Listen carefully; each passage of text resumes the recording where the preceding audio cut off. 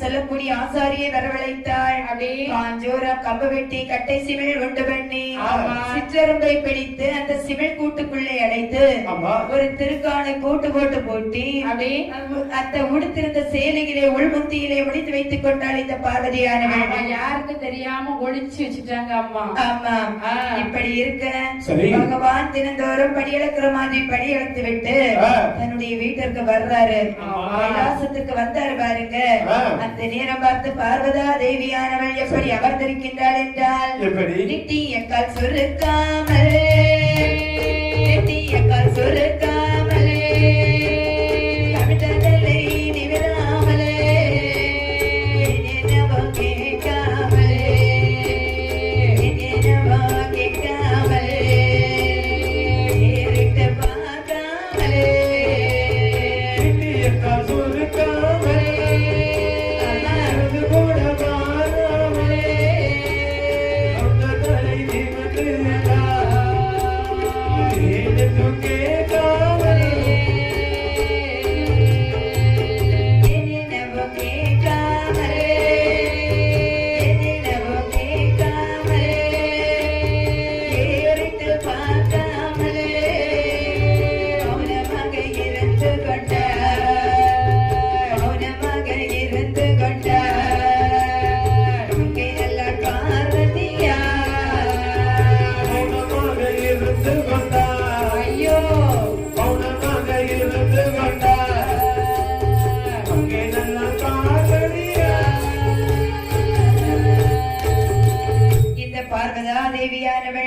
நீட்டியக்கால் சுருக்கவில்லை, கவிழ்ந்ததலை நிமிரவில்லை, ஏறிட்டும் பார்க்கவில்லை, ஏறிட்டும் கேட்கவில்லை. ஆமாம், அப்படியே மௌனம் சாதித்துக் கொண்டிருக்கிறாள் இந்த பார்வதா தேவியானவள்.